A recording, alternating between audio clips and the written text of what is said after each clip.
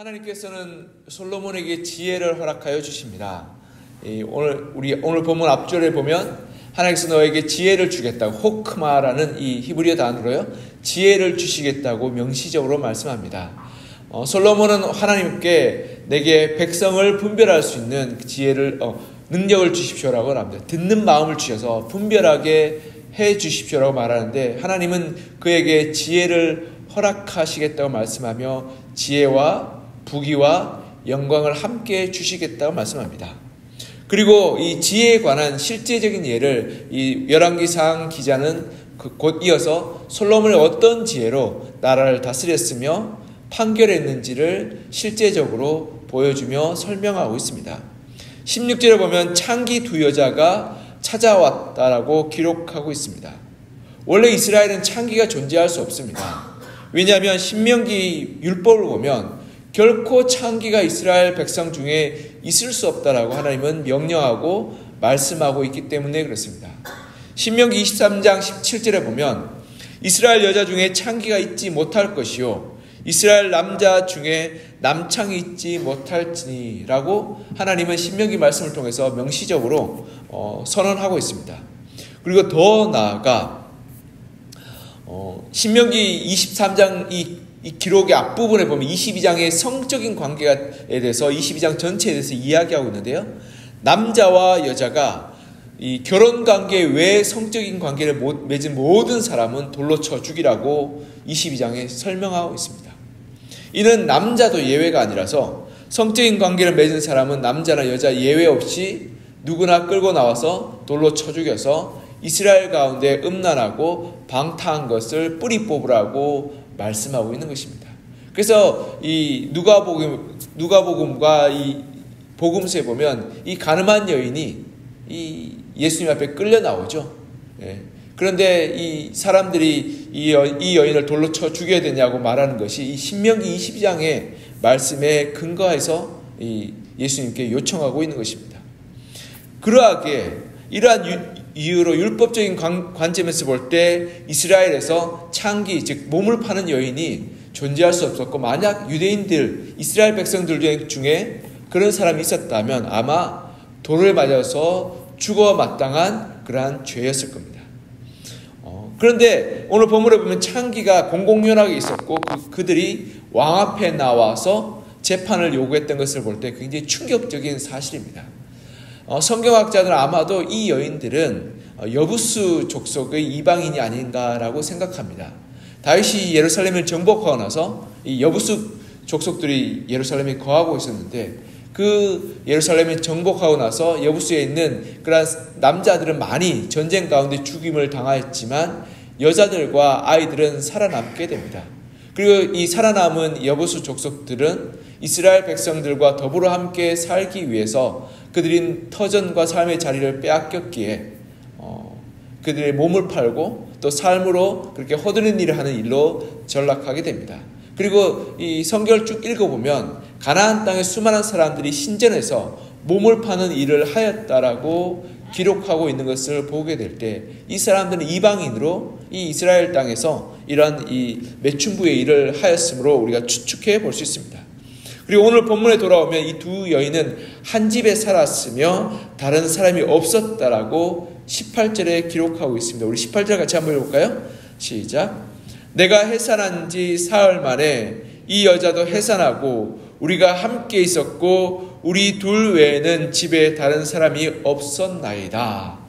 이 여인이 둘이 같이 살고 있었고 그리고 그 집에 다른 사람이 없었다는 말은 이 여인들이 사창가에 살아서 여인들끼리 사는 그러한 남자의 그리고 가장의 보호와 다스림 없이 그러한 이 매춘하는 사람들끼리 모여 사는 집에 살았음을 볼 수 있습니다. 그리고 이 여인들이 뵌 아이의 아버지가 누구인지도 모르는 상황입니다. 즉 이 여인들은 성적으로 문란하고 또 신전에서 몸을 팔던 여인이었기 때문에 아버지가 누구인지 그리고 이 아이의 그러한 어떤 대리인이 누구인지도 내세울 수 없는 그러한 상황 가운데 있었습니다. 이 두 여인은 비슷한 시기에 임신했고 비슷한 시기에 출산을 하였습니다. 왜 그러냐면 그때 당시에 주로 매춘하는 일들은 신전에서 몸을 파는 여인들이 많았는데요. 그 특별한 신전의 절기들, 즉 우리로 말하면 추수감사주일이나 아니면 단오 같은 날에 이 사람들이 그 이방 신전에 가서 제사를 드리고 이 몸을 섞는 일들을 했습니다. 그러하게 비슷한 시기에 이들은 임신을 하였고 출산을 하게 되었던 것입니다. 그런데 어느 날 한 여자의 아이가 갑자기 숨을 거두게 됩니다. 본문엔 여자가 자던 중에 아이의 위에 누웠기에 죽었다라고 말합니다. 근데 그 당시에 아이들이 갑자기 급사하는 일이 종종 일어났던 일입니다. 아이들을 기르는 데 있어서 아이들이 갑자기 열이 나거나 갑자기 숨을 멈추는 일들이 있었기에 이 아이도 갑자기 숨을 멈춰서 죽게 됩니다. 출산 일도 비슷하고 아이의 아버지도 이 두 여인 다 알 수 없기에 이 아이를 생김새로 구분한다는 것은 쉬운 일이 아닙니다. 왜냐하면 이 엄마의 유전 형질을 타고날 뿐 아니라 아버지의 유전 형질을 타고나죠. 그러하게 아버지를 모르는 상태에서 이 아이의 엄마가 누구인지를 밝혀내는 것은 굉장히 쉽지 않은 일입니다. 그런데 두 여인이 다 내 아이라고 이야기하고 있고 또 진짜 엄마만이 아이는 내가 알아볼 수 있습니다 라고 이야기하며 주장하고 있는 상황인 것입니다. 그래서 21절에 보면 아이의 엄마가 이 아이가 내가 낳은 아이가 아님을 제가 깨달았다라고 주장합니다. 우리 20절 같이 한번 읽을까요? 21절 시작. 아침에 내가 내 아들을 젖먹이려고 일어나 본즉 죽었기로 내가 아침에 자세히 보니 내가 낳은 아들이 아니더이다 하매. 여기 보면 이 한 여인이 자기가 죽은 아들을 아침에 봤는데 이 아이가 보니까 내 아이가 아닙니다 라고 이야기하며 이 왕에게 올바른 판결을 내려달라고 이야기합니다. 그러자 이 반대편에 있는 여인은 아니다 내 아이다 너가 잘못 보고 있다라고 이야기하고 서로 다투기 시작하죠. 증거는 없고 명확한 증거는 없고 서로에 대한 주장만이 난무하는 아주 난감스럽고 혼란한 재판이 벌어지고 있는 것입니다. 그래서 23절에 보면 솔로몬은 이 두 여인의 주장을 한 문장으로 요약하게 되죠. 자, 우리 23절 읽어볼까요? 23절 시작. 왕이 이르되 이 여자는 말하기를 산 것은 내 아들이요 죽은 것은 내 아들이라 하고 저 여자는 말하기를 아니라 죽은 것은 내 아들이요 산 것은 내 아들이라 하는도다 하고 이렇게 명쾌하게 요약한 다음에 솔로몬은 큰 칼을 가져오게 합니다. 이 큰 칼은 솔로몬의 인간적인 감정과 불쌍한 마음에 휘둘리지 않고 냉정하게 판결을 내리는 그러한 이 도구가 됩니다. 그리고 또한 이 22절에 보면 이 두 여인이 이 창기인 두 여인이 왕 앞에서 쟁론하였다라고 말합니다. 이 말은 무슨 말이냐면 서로 소리 높여 다투었단 말입니다. 사실 왕 앞에서 이 여인들은 두려워하고 또 떨어야 하는 것이 마땅합니다. 첫 번째로 이 여인은 이방 여인입니다. 이스라엘 사람들이 아니죠. 그러하기에 이방인인 이들이 이스라엘 사람들 앞에서 소리를 낸다는 것 자체가 불경한 일이고 두 번째로는 이스라엘 왕 앞에서 창기인은 부정한 여인이었습니다. 그래서 원래 율법으로는 이 부정한 여인은 다른 사람들 앞에 나갈 수도 없었고 만날 수도 없었던 사람이었습니다. 근데 왕 앞에서 난장을 부리고 그리고 소리를 높인다는 것 자체가 이 왕이 굉장히 불쾌하게 여기고 이스라엘 사람들이라면 싫어할 만한 일들이었습니다. 그리고 왕은 마땅히 사람들의 생사 여탈의 권한을 가지고 있는 그러한 이스라엘 최고의 지도자였습니다. 근데 그 앞에서 난장을 부린다는 것은 이 여인들 눈에는 두렵고 무서울 게 없는 것이었습니다. 그러하게 어떠한 판결을 내리든지 간에 그 앞에서 왕 앞에서 난장을 부리고 그리고 또한 이 부정한 일들을 할 만한 그러한 여인들이었던 거죠. 왜냐하면 이 여인들은 가족도 없고 돌아갈 곳도 없고 무서울 곳도 없는 여인입니다. 그러하게 왕은 먼저 칼을 꺼냅니다. 큰 칼을 가져옵니다. 그럼 이 여인들 둘이 다 긴장하죠. 저 칼이 나한테 오면 어떡하나. 그리고는 이 진짜 누구인지를 알 수 없는 이 혼란스럽고 어지러운 상황 가운데 솔로몬이 이런 판결을 내립니다. 아이를 쪼개어서 나누어 주라. 이 두 여인이 자기의 아이라고 둘 다 주장하고 있으니까 그러면 아이를 쪼개서 반반 공평하게 나눠주는 것이 올바르지 않겠느냐고 이 충격적인 판결을 내리게 됩니다. 그러자 여기에서 이 두 여인의 반응이 극명하게 갈리죠. 한 여인은 이렇게 말합니다. 우리 26절 읽어보겠습니다. 26절 시작. 그 산 아들의 어머니 되는 여자가 그 아들을 위하여 마음이 불붙는 것 같아서 왕께 아뢰어 청하건대 내 주여 산 아이를 그에게 주시고 아무쪼록 죽이지 마옵소서 하되 다른 여자는 말하기를 내 것도 되게 말고 내 것도 되게 말고 나누게 하라 하는지라. 아멘. 이 한 여인은 여기 26절에 보면 산 아이의 어머니 되는 이 여인은 이 아이가 죽을까봐 노심초사해서 왕이여 그렇게 아이를 쪼개면 죽지 않겠습니까? 그러면 차라리 저 여인이 갖게 하여 주십시오라고 이야기하며 이 판결에 대해서 자기가 이렇게 취소하는 판결을 올립니다. 그래서 반대편에 있는 여인은 차라리 잘 됐다라고 반 쪼개서 나눠 가지자라고 이야기합니다. 여기에 놀라운 지혜가 드러납니다. 진짜 어머니의 마음은 어떻겠습니까? 아이가 건강하고 아이가 온전하게 자라는 것을 원하는 것이 어머니의 마음 아니겠습니까? 진짜 어머니의 마음은 나를 희생해서라도 아이를 살리고자 하는 마음이 진짜 어머니의 마음입니다. 그러나 가짜 어머니는 어떻습니까? 아이가 죽든지 말든지 상관하지 않겠다는 것입니다. 그리고 여기에 솔로몬에게 더 한 가지 이 지혜가 담겨 있는데요. 여러분, 저는 가만히 묵상하면서요, 이 아이의 어머니가 진짜일까라는 생각을 한번 더 해보게 됐습니다. 만약에 산 아이의 어머니, 그러니까 진짜 살아있는 어머니가 왕이여 그러면 나 반 쪼갭시다라고 얘기했다면 어떨까요? 그런 어머니도 종종 혹시 있지 않겠습니까? 아이에 대해서 정도 없고 사랑하는 마음도 없는 어머니가 반을 쪼갭시다라고 하는 어머니가 혹시 있을지, 만에 하나 천에 하나 혹시 있지 않겠습니까? 그런데 솔로몬은 그것까지 간파해서 정말 이 아이의 어머니가 진짜가 아니라 할지라도 아이를 사랑하고 아이의 생명을 귀하게 여기는 자가 어머니가 되는 것이 마땅하다라고 판단하고 있는 것입니다. 이것이 솔로몬의 지혜인 거죠. 진짜 살아있는 어머니가 왕이 좋습니다. 이 아이 반을 쪼개서 나눠 갑시다 한다면 그 여자는 어머니가 될 자격이 없는 것입니다.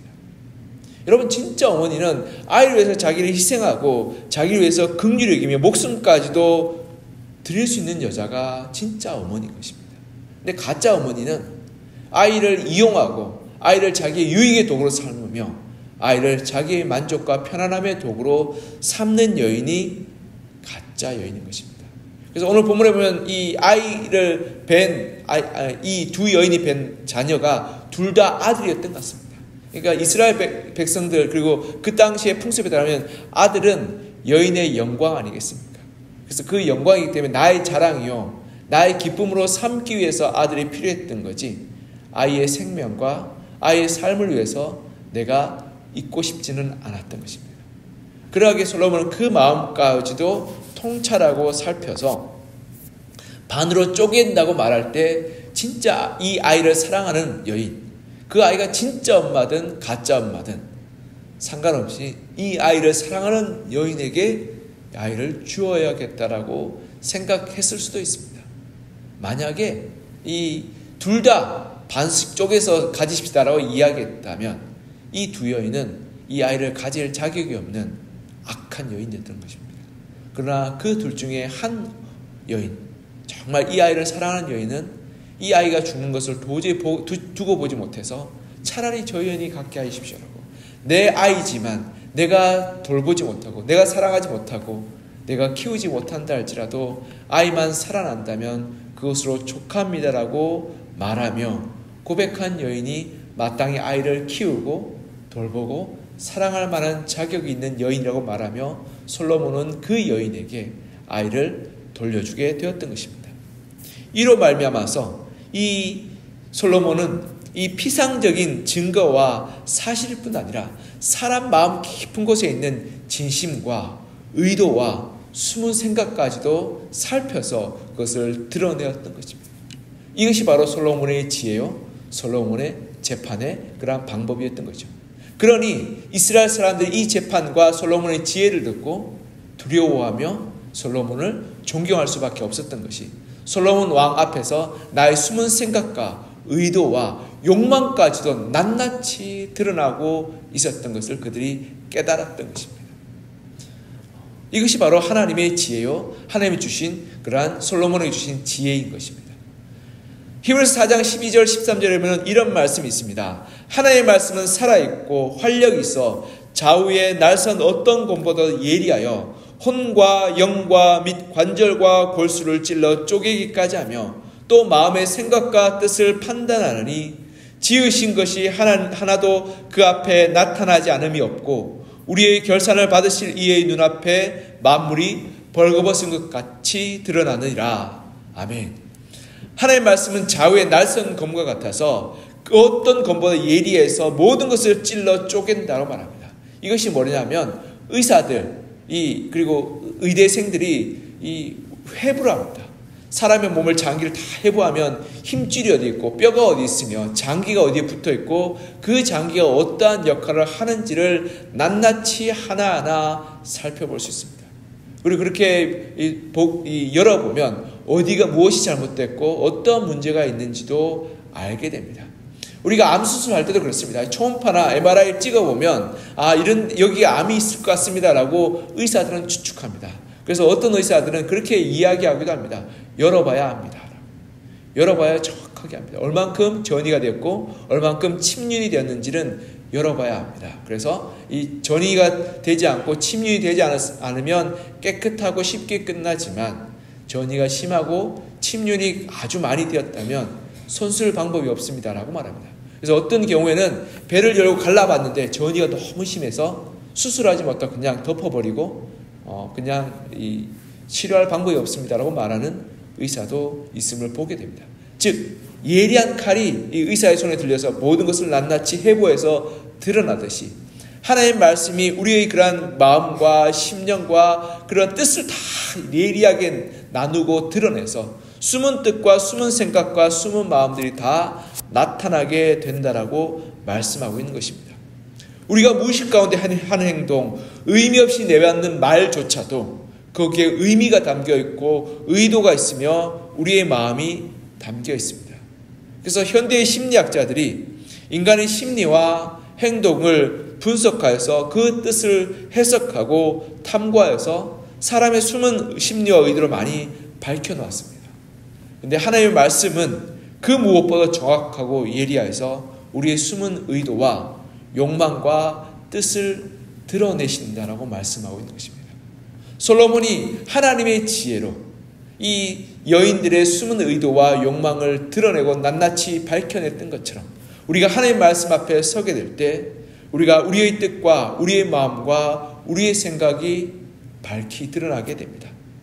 말씀을 묵상하고 말씀 가운데 우리 자신을 비춰보게 될 때 내가 그전에는 선의와 그리고 습관과 그리고 아무 생각 없이 했던 것처럼 보이는 행동과 말이 내가 내 마음 가운데 숨은 욕망과 숨은 욕심과 때로는 악한 뜻과 의도가 숨어져 있음을 깨닫게 됨을 발견하게 됩니다. 그러하게 우리가 날마다 하나님의 말씀 앞에 서서 나 자신을 날마다 하나님의 그러한 빛에 비추어 봐야 하는 것입니다. 내 가운데 어떤 숨은 뜻이 있는지, 내가 남편을, 아내를, 자녀를 대할 때 내 가운데 아이를 향한 숨은 의도가 숨어져 있는지를 돌아봐야 할 것입니다. 아이를 만날 때 때로는 우리의 말 한마디에 아이들이 때로는 상처받기도 하고 아이들이 좌절하고 낭망하기도 하며 인간관계가 깨어지기도 합니다.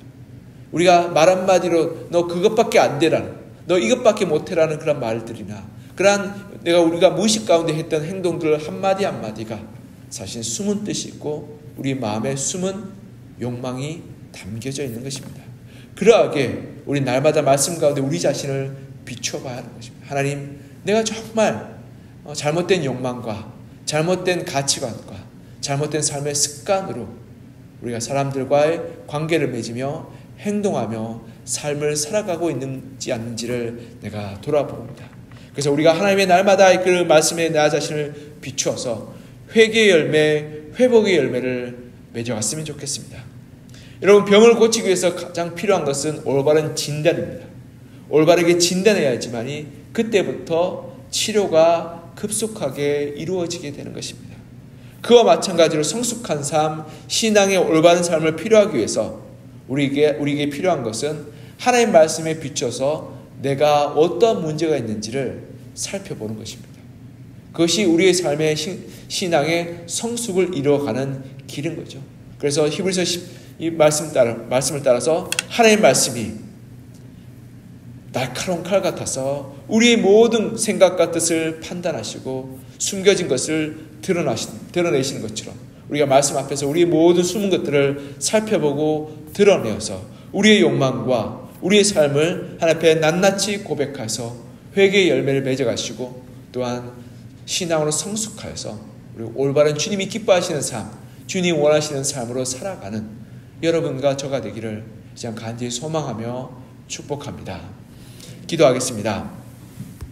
사랑하는 하나님 아버지, 하나님으로부터 말미암은 지혜를 얻던 솔로몬은 이 두 여인들의 재판 가운데서 그 여인들의 숨은 뜻과 숨은 욕심과 의도를 낱낱이 드러내게 되었던 것을 보게 됩니다. 그 하나님의 지혜 앞에서 이 여인들이 감추고 숨기고자 했던 모든 자신의 마음과 생각과 뜻이 드러나서 결국은 그 뜻을 따라서 솔로몬이 판결하게 될 때 세상의 모든 사람들이 솔로몬의 판단에 이의를 제기할 수 없었고 두려워하며 존경하였던 것을 보게 됩니다. 하나님의 지혜가 이렇게 사람의 숨은 뜻을 드러내며 숨은 욕망과 숨은 생각들을 낱낱이 밝히 비추게 되는 것을 보게 됩니다.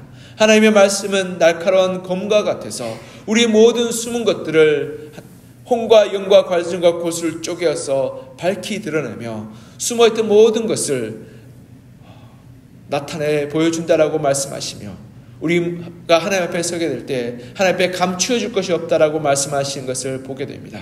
하나님, 때로는 우리가 무의식 가운데 또는 우리의 숨겨진 욕망과 또 어두운 나의 그러한 욕심과 그리고 왜곡된 우리의 마음들로 말미암아서 무의식 가운데 나타나는 말과 행동을 우리가 때로는 깨닫지 못하고 또한 우리가 분별하지 못하고 살아갈 때가 있습니다.